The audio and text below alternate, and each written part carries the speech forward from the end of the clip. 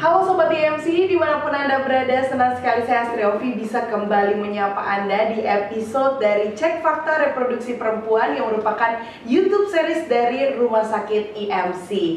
Seperti biasa kita akan ngobrol-ngobrol dengan topik yang sangat luar biasa yang hari ini sudah disiapkan langsung oleh Dr. Caroline Tirtajasa SPOGK, dokter spesialis kebidanan dan juga kandungan konsultan dengan subspesialis fertility dan juga hormon reproduksi. Dan beliau juga merupakan ahli bedah laparoskopi dari Rumah Sakit IMC Pulau Mas. Langsung kita sapa. Halo dokter. Halo, apa kabarnya dok?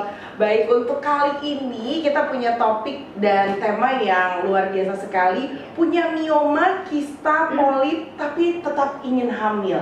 Itu ternyata bisa ya, makanya kita mau bahas secara rinci hari ini. Tapi mungkin sebelum pembahasannya ke promilnya dok, mungkin boleh dijelaskan dulu untuk Sobat IMC, sebenarnya bedanya mioma, kista, dan polip itu apa sih? Karena kalau untuk orang awam sama-sama aja kayaknya ya. Iya. Sebetulnya kesamaan mereka adalah sama-sama tumor kandungan. Ya, tumor itu maksudnya benjolan yang abnormal yang tumbuh di organ reproduksi. Bedanya adalah dari lokasinya dan sifatnya masing-masing. Mioma itu adalah tumor kandungan yang berasal dari otot rahim, jadi dia adanya di rahim. Baik ya. Kalau kista, tumor kandungan yang berasal dari indung telur atau ovarium, jadi tumbuhnya di indung telur atau ovarium. Biasanya dia kistik ya, kistik tuh maksudnya cair, ya bisa kental, bisa jernih, warnanya bisa macam-macam dan isinya pun bisa macam-macam. Kemudian kalau polip itu benjolan kecil-kecil biasanya yang tumbuhnya di rongga dalam rahim. Ya, beda dengan miom. Kalau miom di otot rahim, kalau polip di rongga dalam rahim, tapi dia di rahim. Dan biasanya polip ini multiple, banyak ya, meskipun kecil-kecil tapi banyak di rongga dalam rahim. Itu perbedaan antara ketiga. Jadi perbedaan lokasi dan juga tekstur bentuk juga dari masing-masing benjolan ini ya, dok ya. Nah, kalau awal mulanya seseorang yang mengidap penyakit ini mengetahui kalau dia punya mioma atau mungkin kista dan polip, bagaimana caranya? Gampang banget, tinggal USG transvaginal aja buat para nyonya ya yang sudah menikah. USG transrektal buat yang masih virgin, para nona. Itu pemeriksaannya tidak menyakitkan dan tidak lebih dari 2 menit sudah ketahuan. Kalau Anda punya miom, kista atau polip itu langsung ketahuan dengan USG transvaginal tadi. Jangan USG dari perut, kalau USG dari perut bisa nggak kelihatan. Tumor-tumor kandungan yang ukurannya kecil di bawah 3 cm bisa tidak terlihat lewat USG dari perut. Karena USG dari perut terhalang lemak perut dan usus-usus. Tidak akurat dia kalau untuk organ ginekologi. Jadi standar untuk organ ginekologi adalah USG transvaginal bagi para nyonya, sekali lagi, atau transrektal dari lubang dubur buat para nona yang belum nikah. Ya. Jadi seperti itu ya dok ya. Nah, tapi dari ketiganya mana sih yang lebih bahaya gitu dok? Tiga-tiganya sama-sama bahaya sebetulnya. Bahayanya untuk apa dulu nih?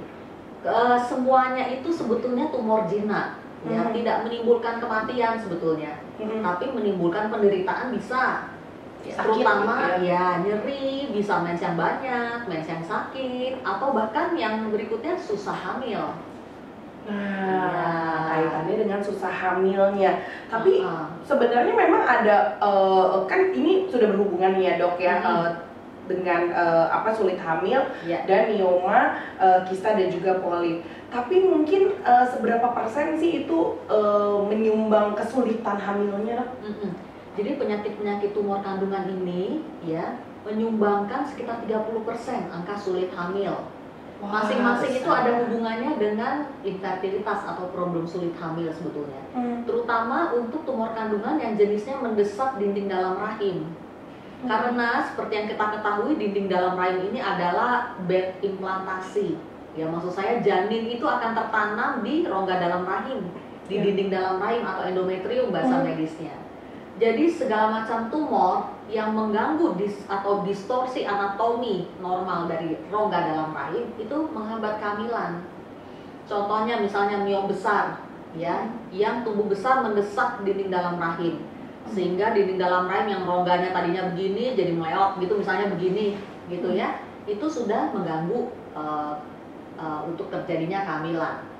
Polip contohnya, polip itu sebenarnya ukurannya kecil, banyak gitu ya, kecil dia kayak ya ukurannya rata-rata kurang dari 1 cm kalau polip normalnya. Kecil banget ya dok? Kecil. tapi polip itu letaknya di dinding dalam rahim tumbuhnya. Nah, keberadaan polip ini menghambat implantasi atau tertanamnya janin di dinding dalam rahim. Karena janin itu akan tertanam di tempatnya si polip juga, sama-sama di dinding dalam rahim. Ibarat benih mau tertanam tapi jalannya berbatu-batu, lebih susah dia tertanamnya. Jadi contohnya kalau pasien mau bayi tabung, ya punya polip, sebaiknya polip diangkat dulu sebelum embrio transfer, ya karena dia akan menghambat implantasi keberadaan polip ini.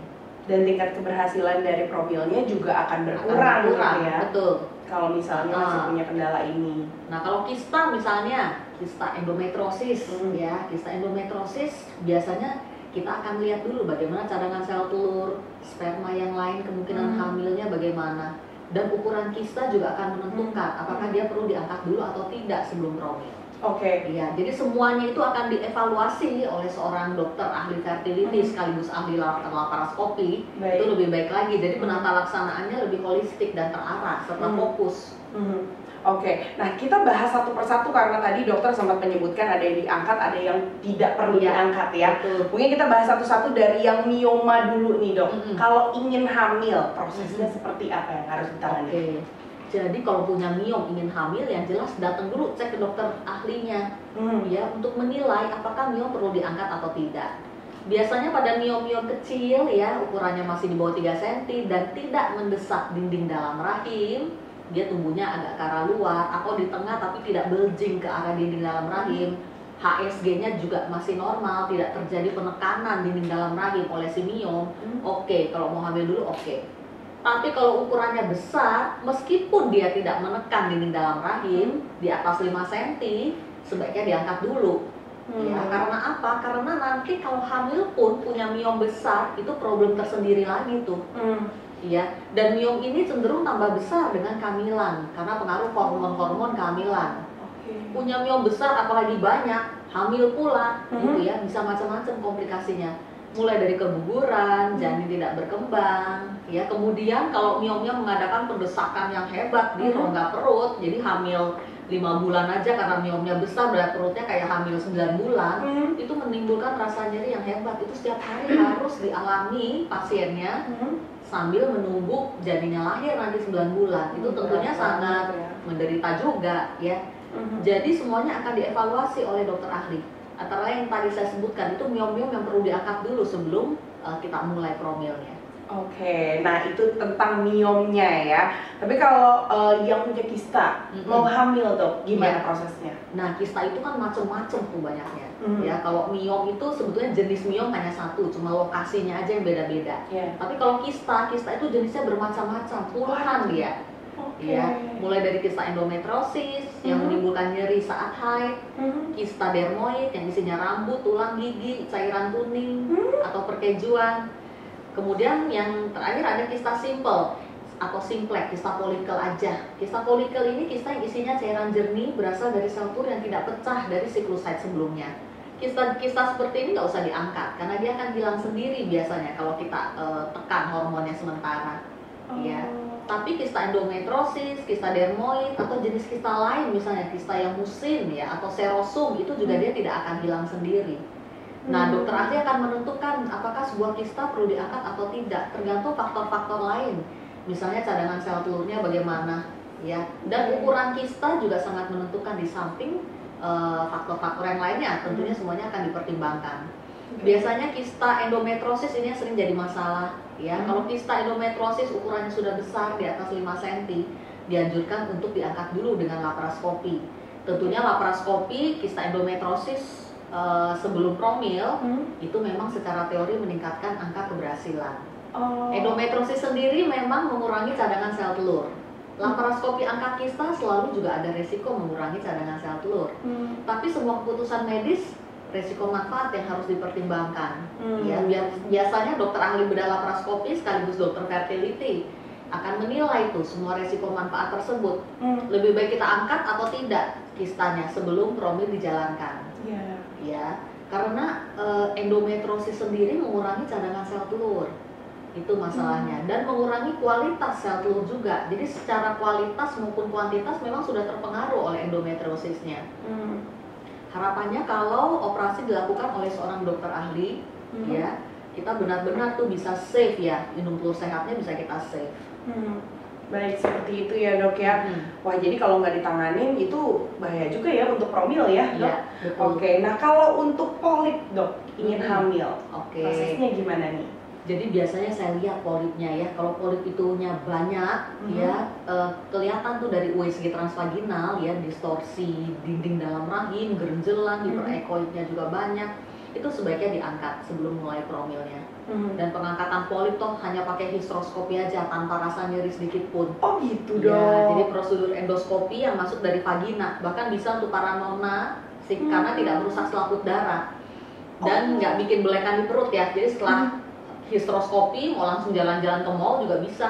Oh gitu dok. Jadi dari ketiganya itu yang sebenarnya berbahaya juga, tapi penanganannya cukup ringan adalah si polip ya. Iya, betul. Oke, baik. Dan pada kasus-kasus gagal bayi tabung, jadi sudah pernah bayi tabung tapi gagal, itu tuh wajib sebetulnya kita lakukan hysteroscopy untuk melihat hal-hal yang tidak dapat dilihat oleh USG transvaginal. Polip-polip kecil, ya sekat di rahim itu juga bisa tuh menjadi itu hanya terlihat dari USG dengan hysteroscopy.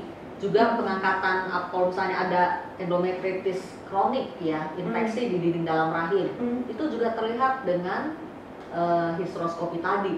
Jadi bisa diatasi dulu sebelumnya, sebelum kita mulai bayi tabungnya lagi. Oke, baik dok. Nah, itu kan tadi penanganan dari medisnya versi dokter ya, berarti. Nah, kalau misalnya nih ada di luar sana orang awam ternyata punya miom, punya kista atau punya polip, ingin hamil, tapi penanganannya dengan minum obat aja lah gitu. Bisa nggak sih dok sebenarnya? Jadi mereka ini tumor kandungan. Prinsip tumor kandungan itu hanya hilang kalau diangkat. Ya, lewat prosedur operasi. Terserah nanti metode operasinya seperti apa, ya. Tapi dengan obat-obatan dia tidak akan hilang. Obat-obatan seperti obat penekan hormon dia akan menekan sementara pertumbuhannya. Jadi tidak membesar dengan cepat. Ya, mungkin membesar tapi membesarnya dalam rate yang pelan-pelan. Tapi untuk hilang tidak akan hilang dengan obat.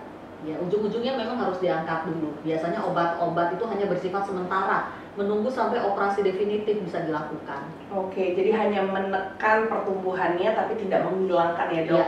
Makanya tetap harus ke dokter agar bisa ditangani lebih lanjut. Apakah memang harus diangkat, apakah memang harus benar-benar dihilangkan, atau mungkin bisa dengan penanganan yang tadi sudah dijelaskan oleh dokter ya. Baik dok, terakhir pertanyaan dari saya, mungkin ada golden period tertentu atau range waktu tertentu gitu ya, yang memang benar-benar menjadi waktu yang paling tepat untuk hamil setelah penanganan yang tadi sudah dokter jelaskan. Oke, jadi khususnya untuk endometriosis berlaku golden period memang. Ya. Jadi setelah laparoskopi misalnya kita angkat kista, dalam waktu 6 bulan harus hamil. Ya, atau kalau misalnya ditekan hormonnya dulu, ya setelah tekanan hormon lepas dia mens lagi dalam waktu 6 bulan harus hamil. Karena itu promil harus dikejar. Karena rata-rata endometriosis akan kambuh lagi di atas 6 bulan. Dia progres terus tuh, ya terus berjalan selama hormon itu aktif, pasiennya terus mens teratur, hormon aktif, itu endometriosis akan terus berjalan. Kista yang tadinya udah kita angkat bisa saja dia tumbuh lagi. Tadinya kista di kiri, atau kista di kanan. Karena itu harapannya kalau bisa hamil dulu sebelum penyakit kambuh. Itu targetnya. Ya, tentunya untuk masalah yang lain seperti miom atau kista-kista yang lain yang bukan endometriosis, balik lagi ke definisi infertilitas. Cobalah hamil dalam waktu 1 tahun. Kalau misalnya tidak hamil juga, ingat promil itu selalu move on. Nggak bisa alami, harus naik inseminasi. Inseminasi gagal terus, naik bayi tabung karena targetnya hamil sebelum cadangan sel telur habis. Nah itu dia, makanya semangat nih untuk ayah bunda promil ya, biar makin semangat lagi. Jangan lupa konsultasi secara rutin ya, dan juga percayakan kepada dokter yang memang sudah memiliki pengalaman dan juga kompeten di bidangnya gitu ya dok ya. Baik, mungkin terakhir banget nih ya, ada yang mau disampaikan lagi untuk teman-teman semuanya, untuk sobat IMC? Iya, jadi cuma sekedar mengingatkan deadline fertility itu umur 35 tahun ya. Kalau bisa sebelum 35 tahun urusan hamil dan melahirkan selesai. Dan tumor-tumor kandungan ini seperti polip, miom, dan kista memang mempersulit kehamilan ya. Yang menilai apakah perlu diangkat atau tidak adalah dokter ahli fertility sekaligus ahli bedah laparoskopi supaya penata laksanaannya lebih fokus dan terarah.